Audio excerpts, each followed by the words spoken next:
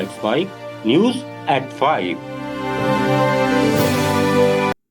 Supreme court ने अयोध्या राम मंदिर को मिले दान में कथित वित्तीय गड़बड़ियों के आरोपों से जुड़ी याचिकाओं पर केंद्र सरकार, उत्तर प्रदेश सरकार और श्री राम जन्मभूमि तीर्थ क्षेत्र ट्रस्ट को नोटिस जारी किया है।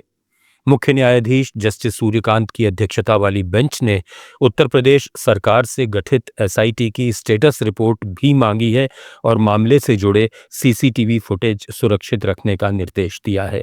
कोर्ट ने स्पष्ट किया कि वो याचिकाओं में लगाए गए आरोपों की स्वतंत्र और कानूनी प्रक्रिया के तहत जांच से जुड़े पहलुओं पर सुनवाई कर रही है।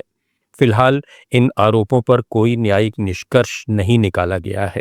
अब इस मामले की अगली सुनवाई अगले सोमवार को होगी, जहां एसआईटी की रिपोर्ट और संबंधित पक्षों के जवाब पर आगे विचार किया जाएगा।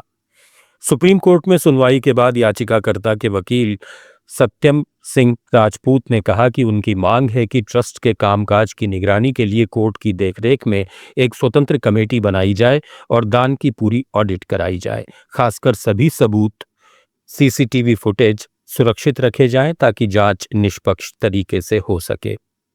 इसमें हमने आपको पहले भी बताया कि मीनवाइल हम चाहते हैं कि कोर्ट मॉनिटर, इसके पहले भी अगर सुप्रीम कोर्ट के चाहे कई सारे मामले अगर टेम्पल्स के देखें तो उसमें कोर्ट ने जो है इंडिपेंडेंट कमेटी बनाई थी और कई सारे मैटरों में ऐसे हुआ, उसी बेस पे हमने ये डिमांड किया कि इंडिपेंडेंट कमेटी बनाई जाए जो इस पर्टिकुलर इन्वेस्टिगेशन को जो है देखे और साथ ही साथ अन्य मामलों पे जो है इसका जितने भी डोनेशन अभी तक मिले हैं उसको पब्लिश किया जाए। जिस तरीके से सीसीटीवी फुटेज गायब हो रहे हैं उन सबको प्रिजर्व किया जाए और कोर्ट के उधर राम मंदिर ट्रस्ट ने सीईओ की भर्ती के लिए आवेदन निकाले हैं। आवेदक की उम्र 50 से 70 साल के बीच होनी चाहिए।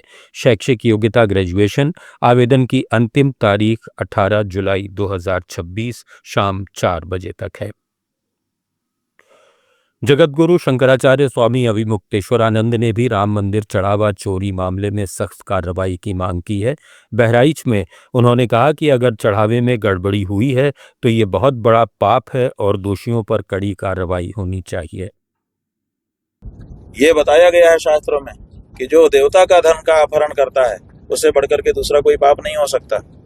तो बहुत बड़ा पाप वहां पर बैठ करके इन लोगों के द्वारा किया गया है। दुख की बात तो यह है कि आज भी वो लोग वहां पर बैठे हुए हैं और चोर पुलिस का खेल जैसे बच्चे आपस में खेलते हैं, कोई चोर बन जाता है, कोई पुलिस बन जाता है। ऐसे ही एक ही सरकार है, वही ट्रस्ट बनाती है, वही एसआईटी बनाती है।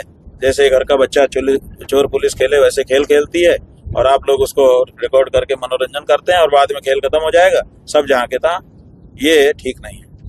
वहां पर जो कुछ हुआ है उसके बारे में कड़क अनुशासन की कार्रवाई, दंड की कार्रवाई होनी चाहिए। उधर बद्रीनाथ धाम में चढ़ावा चोरी मामले में पुलिस की कार्रवाई तेज हो गई है। चमोली पुलिस की एसआईटी ने बद्री केदार मंदिर समिति के निलंबित पर्सनल असिस्टेंट प्रमोद नौटियाल को गिरफ्तार कर लिया है। एसआईटी ने उन्हें देहरादून स्थित उनके आवास से पकड़ा और पूछताछ के लिए चमोली लाया गया। पुलिस के मुताबिक जांच में सीसीटीवी फुटेज और अन्य सबूतों के आधार पर प्रमोद नौटियाल पर मंदिर की धनराशि और भेंट सामग्री अपने कब्जे में लेने के सबूत मिले हैं। पुलिस का दावा है कि उनके पास से 500 रुपए के नोट, सोने चांदी के सिक्कों के पैकेट, शालीग्राम शिला और केसर जैसी सामग्री से जुड़े सबूत मिले हैं। उत्तराखंड के मुख्यमंत्री पुष्कर सिंह धामी ने कहा कि धार्मिक और आस्था के केंद्रों पर किसी भी तरह का अपराध बर्दाश्त नहीं किया जाएगा। मामले में कानून अपना काम करेगा और दोषियों के खिलाफ कड़ी कार्रवाई की जाएगी। मैंने पहले दिन ही कहा था कि उस पर कोई भी क्षमा योग्य बातें नहीं है। उस पर जितनी सख्त से सख्त कार्रवाई होनी चाहिए वो सब होगी। कानून अपना काम करेगा क्योंकि ये हमारे पवित्र स्थल हैं, हमारे सनातन के केंद्र, आस्था श्रद्धा के केंद्र हैं। उसमें इस प्रकार का अपराध होना मैं समझता हूँ कि किसी भी कीमत पर कहीं भी क्षमा करने के योग्य नहीं है। न्यूज़ एट 5 में फिलहाल इतना ही। जुड़े रहिए लेट्स माइक के साथ। आप सुन रहे थे let's mic more than radio. Follow कीजिए हमें हमारे सोशल मीडिया प्लेटफॉर्म्स पर।